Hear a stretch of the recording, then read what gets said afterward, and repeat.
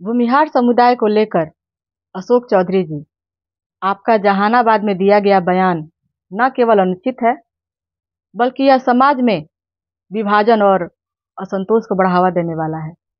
एक जिम्मेदार नेता को सभी समुदायों के प्रति सम्मानजनक भाषा का प्रयोग करना चाहिए और सामाजिक सौहार्द को बनाए रखने की दिशा में कार्य करना चाहिए। ऐसे बयानों से समाज में केवल नकारात्मकता फैलती है, जिससे बचना चाहिए।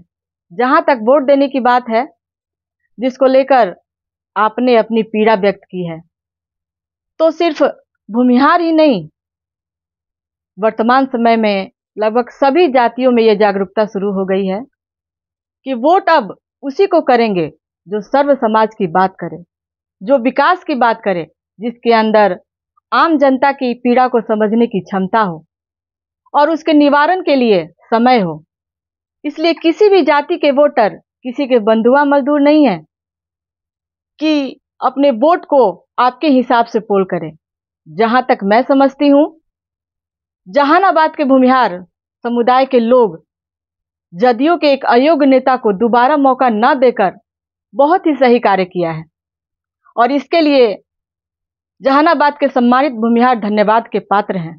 रही बात टिकट की, तो आपको बता दें कि आपकी इतनी हैसियत जदयू में नहीं हो गई है कि आप भूमिहारों का टिकट काट दें।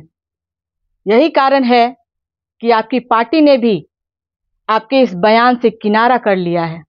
चौधरी जी, एक बात हमेशा याद रखिए, पोषक कभी किसी का शोषक नहीं हो सकता।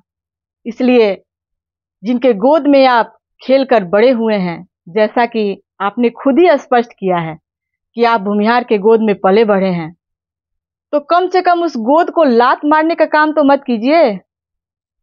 जिसने सिर्फ आपका ही पोषण नहीं किया, आपकी अगली पीढ़ी को भी बहू के रूप में अपनाकर पोषण वाली प्रक्रिया को जारी रखते हुए कार्य किया है। इसलिए आपको इस तरह के बयानों से बचना चाहिए। बेशक आपको फिर से कांग्रेस में जाने का मन है तो शौक से जाइए, जिसके लिए यह हवाबाजी करने की कोई जरूरत नहीं है। मैं अपील करती हूं, सभी राजनेता अपनी जिम्मेदारियों को समझें और समाज को एकजुट करने की दिशा में कार्य करें, न कि उसे विभाजन करने की दिशा में।